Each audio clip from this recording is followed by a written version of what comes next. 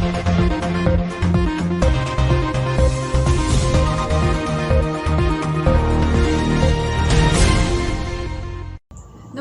मैं हूं आपके साथ जागृति मालविया। उजनाज में आपका स्वागत है।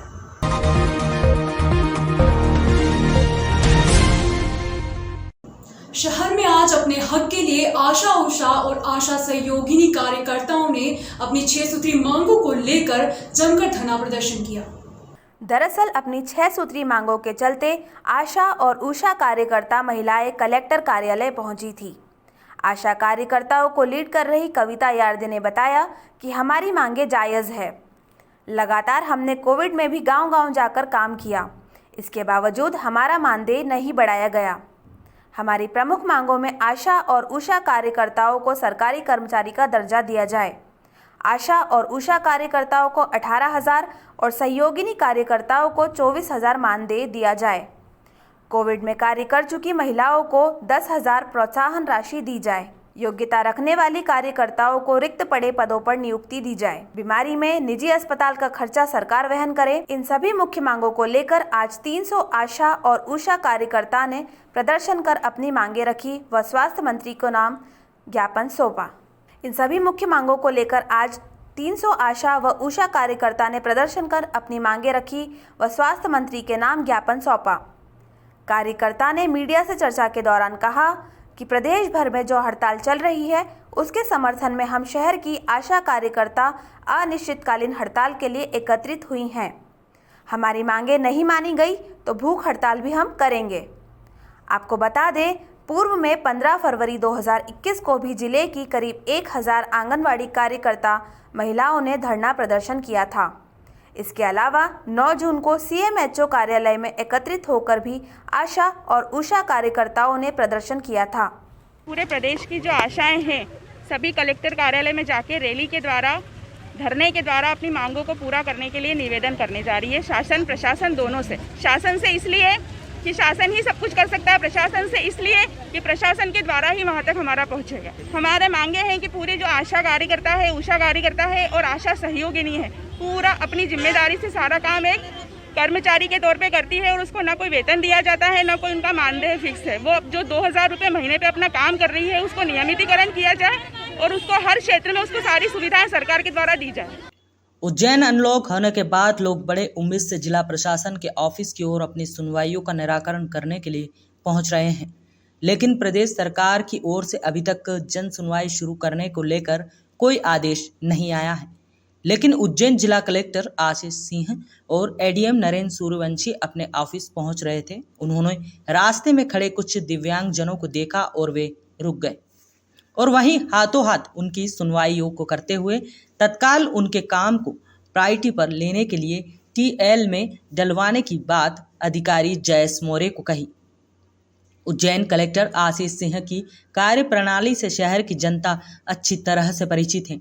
जिस तरह उन्होंने कोरोना की दूसरी लहर में उज्जैन शहर को संभाला और धीरे धीरे अब अनलॉक की ओर बढ़ गया है।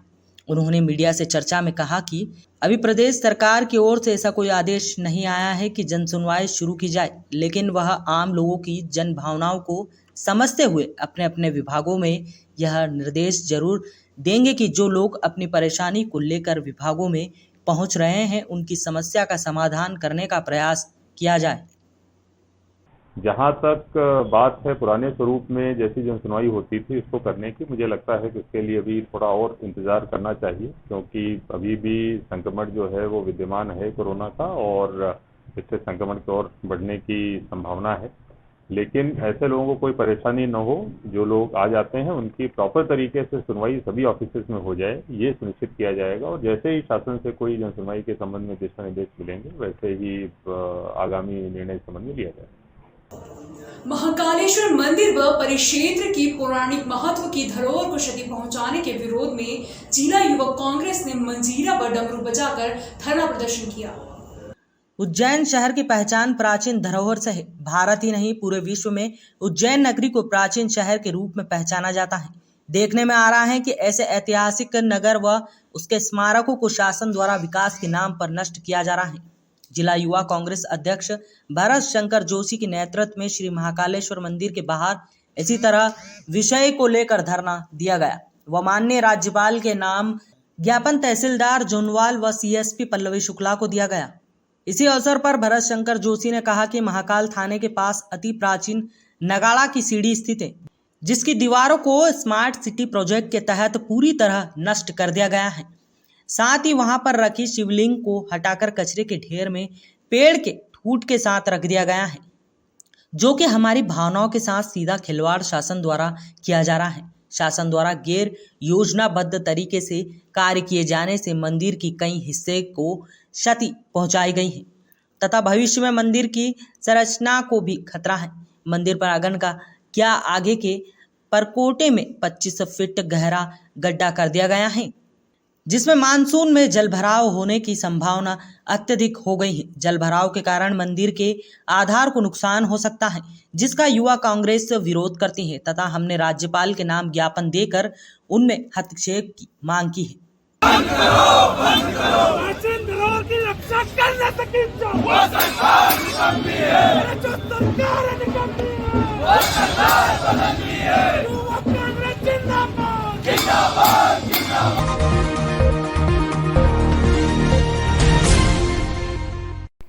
शहर के थाना देवास गेट क्षेत्र में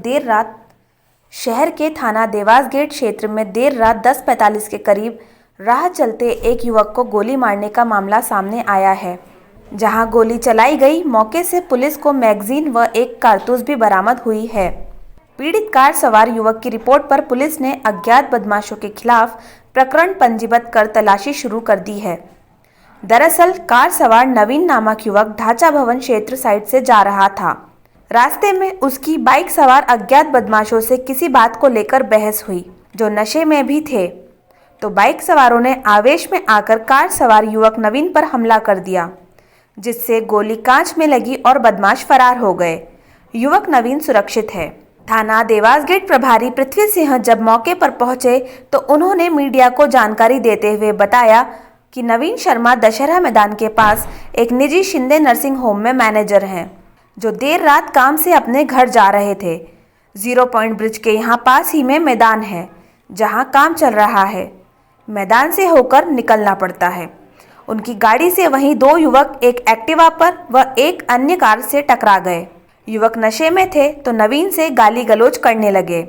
विवाद बढ़ने पर गोली चलाकर फरार हो गए। जहां घटना हुई वहां जांच कर आरोपियों की तलाश की जा रही है।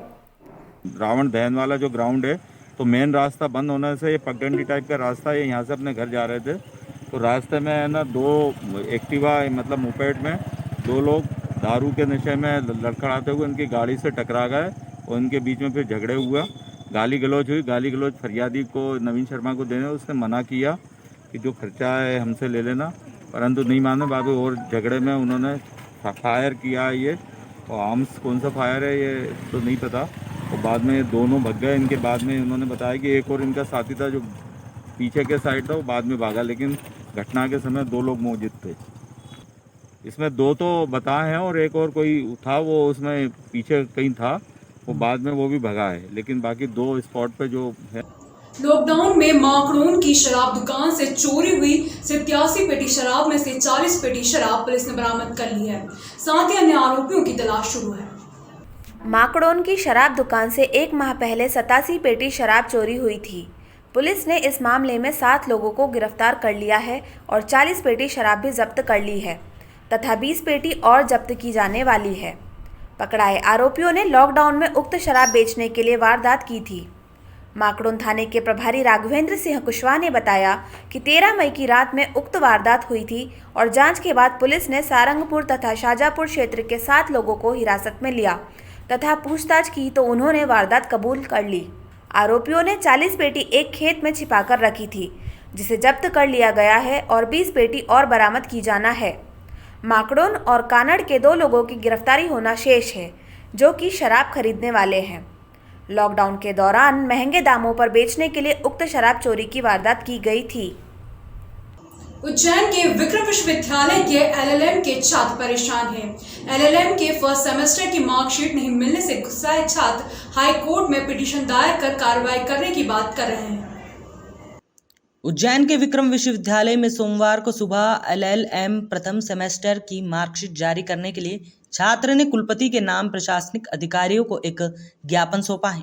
साथ ही तृतीय सेमेस्टर की परीक्षा में प्रवेश के लिए लिंक ओपन करवाने की गुहार लगाई है।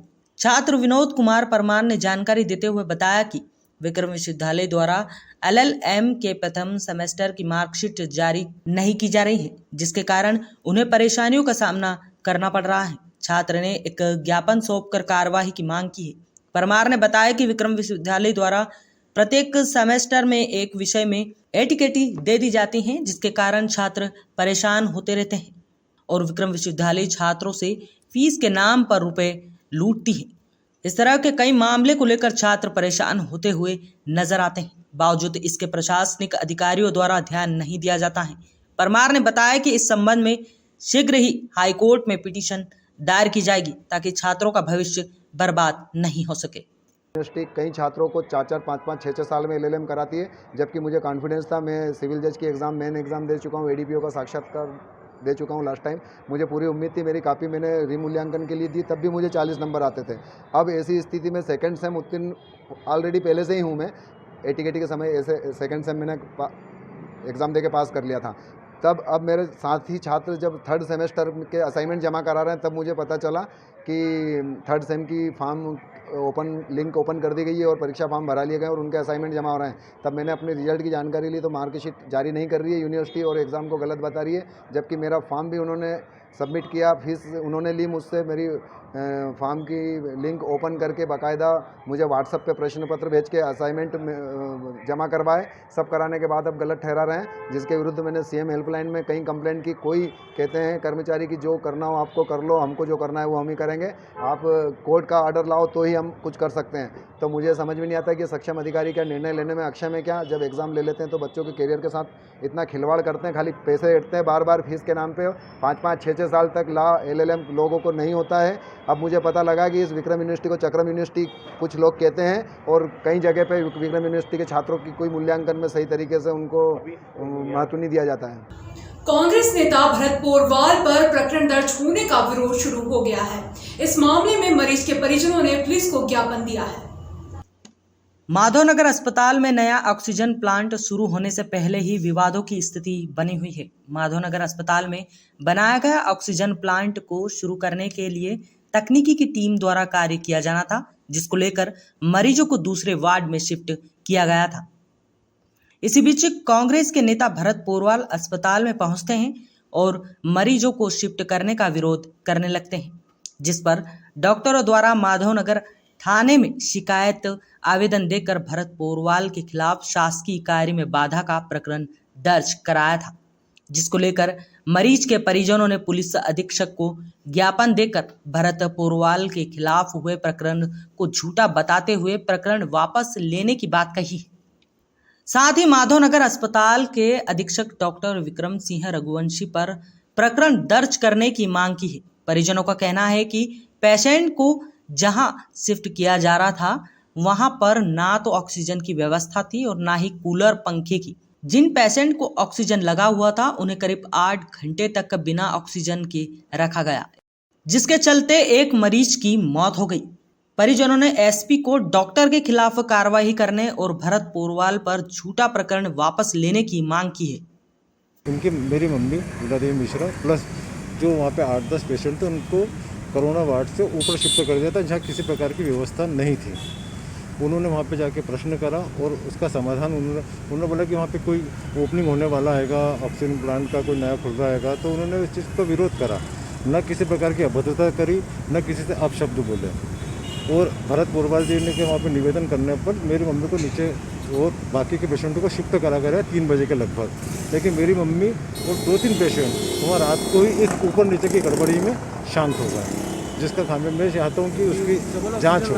मेरी मम्मी को डबल ऑक्सीजन लगा था, प्लस ये सब चीज़ें चल रही थी। अरे आप आपने ज्ञापन में क्या दिया ये आप कि भरत पोरवाल जी के खिलाफ जो जिला माधवनगर में जिसका कंप्लेंट करिएगी उसको हटाया जाए, वो पूर्ण रूप से उनकी तरफ से झूठ है। प्लस मेरी मम्मी की जो वहाँ पे जो दुर्भाग्यवश डेथ हुई है उसकी जाँच की जाए। टीबी हारेगा देश जीतेगा अभियान के अंतर्गत रेलवे कर्मचारियों और परिजनों के लिए टीबी, HIV और डायबिटीज जांच कैंप आयोजित किया गया है। रेलवे कर्मचारियों एवं उनके परिजनों हेतु आयोजित होने वाले कैंप की श्रृंखला में भारत सरकार के दिशा निर्देश अनुसार टीबी, HIV एवं डायबिटीज स्क्रीनिंग का द्वितीय कैंप प्लेटफॉर्म नंबर 1 पर आयोजित किया गया। इसमें क्षय रोग के संभावित लक्षणों वाले मरीज एवं पोस्ट कोविड मरीजों में क्षय रोग की स्क्रीनिंग की गई। पूर्व में 7 जून को भी कैंप का आयोजन किया गया था। दोनों कैंपों में कर्मचारी एवं उनके परिजनों सहित लगभग 113 लोग उपस्थित हुए, जिनकी टीबी स्क्रीनिंग, HIV एवं डायबिटीज की जांच की गई। इसमें शुगर के 8 नए रोगी पाए गए। कैंप में उपस्थित सभी मरीजों को भारत सरकार द्वारा दी जा रही योजनाओं की जानकारी प्रदान की गई।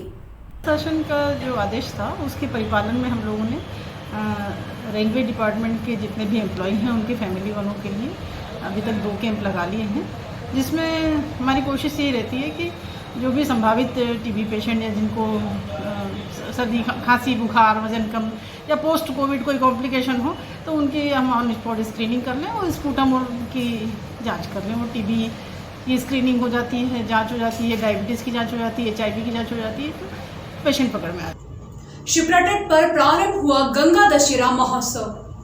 उज्जैन स्थित शिप्रा तट पर से गंगा दशहरा महोत्सव मां गंगा महारानी का अभिषेक पूजन किया गया। शिप्रा तट पर वर्षों से मंडप बनाकर 15 दिन तक रामघाट के साथ पिशाच मुक्तेश्वर महादेव पर मंडप उत्सव मनाया जाता है, किंतु 2 वर्ष से कोरोना महामारी संक्रमण के कारण धार्मिक आस्था, अखंडता भावनाओं के अंतर्गत सांकेतिक रूप से पूजन कर रहे हैं। इस वर्ष भी 15 दिनों तक मनाए जाने वाले उत्सव में प्रातः काल भगवती गंगा शिप्रा माता का अभिषेक, आरती पूजन संध्या काल में हो रहा है। प्रतिपदा से आरंभ होकर पूर्णिमा तक महोत्सव मनाया जा रहा है। मां शिप्रा में सभी दिव्य नदियों का संगम है। जानकारी देते हुए ज्योतिर्विद पंडित अजय व्यास ने बताया कि सहस्त्र औदिच्य ब्राह्मण समाज द्वारा प्रतिवर्ष अनुसार इस वर्ष भी उत्सव मनाया जा रहा है। भागीरथी गौतम ऋषि के प्रयास से कैलाशपति शंकर की आराधना से ज्येष्ठ मास में मां गंगा का अवतरण प्राकट्य पृथ्वी पर हुआ, जो शास्त्र में पूर्वजों के उद्धार के लिए ईश्वरीय उपहार संजीवनी जीवनदायिनी है। इस अवसर पर उत्तर विधानसभा क्षेत्र के विधायक पारस जैन, भारतीय जनता पार्टी अध्यक्ष विवेक जोशी, समाजसेवी राजेश दिसावल ने आचार्य राम शुक्ल के आचार्यत्व में मां गंगा व शिप्रा का अभिषेक पूजन अर्चन कर सबके कल्याण की प्रार्थना की। शिप्रा नदी जो उल्लेख आता है, जो चारों युग से पूर्व का उल्लेख आता है, इसमें शिप्रा में सारी नदियां आके संगम हुआ है। इसी प्रकार गंगा जी का भी अवतरण भागीरथ जी द्वारा जो हुआ है वो शिप्रा नदी में संगम हुआ है। यह उत्सव अनादिकाल से बनाते हुए आए, किंतु कोरोना काल को देखते हुए 2 वर्ष से सांकेतिक पूजन की जा रही है। उस सांकेतिक पूजन में आज ज्येष्ठ मास की पंचमी के दिन विधायक उत्तर के पारस जी जैन और भारतीय जनता पार्टी के अध्यक्ष विवेक जी जोशी द्वारा अभिषेक पूजन किया गया और पर्यावरण प्रकृति का उज्जैन में सभी को एक संकल्प लिया गया है, जो हर व्यक्ति को एक पौधा लगाना चाहिए। नमस्कार। 15 दिवसीय गंगा माता का मेला होता है। अभी कोरोना है, कोरोना को देखते हुए भी यहाँ के सभी लोगों ने मिलकर इस कार्यक्रम को रखा है और सरकार के नियमों को देखते हुए रखा है। ये बहुत अच्छी बात है, क्योंकि मैं भी जब आता हूँ यहाँ देखता हूँ कि जब गंगा माता का मेला लगता है तो बहुत भी जनता आती है, लेकिन कोरोना के कारण उसका पालन करते हुए जो किया, वास्तविक में इसी प्रकार के अभी कार्यक्रम होना चाहिए, क्योंकि कोरोना अभी ख़त्म नहीं हुआ है और गंगा मामा की माता की तो अलग ही है। पर्यावरण की आवश्यकता है, पर्यावरण की आवश्यकता के लिए ऑक्सीजन युक्त भी वृक्षारोपण हर जगह करना चाहिए, क्योंकि जब अपन वृक्षारोपण करेंगे तो ही अपने को ऑक्सीजन मिलेगी। अभी देखा है अपन ने कोरोना को देखते हुए पूरे देश के अंदर ऑक्सीजन की कितनी कमी हुई, लेकिन देश के प्रधानमंत्री जी ने हो सका तो हवाई जहाज से ऑक्सीजन लाए, ट्रेन से ऑक्सीजन लाकर उसकी पूर्ति की है। इस अंक में फिलहाल इतना ही। अगले अंक में फिर मुलाकात होगी, तब तक के लिए नमस्कार।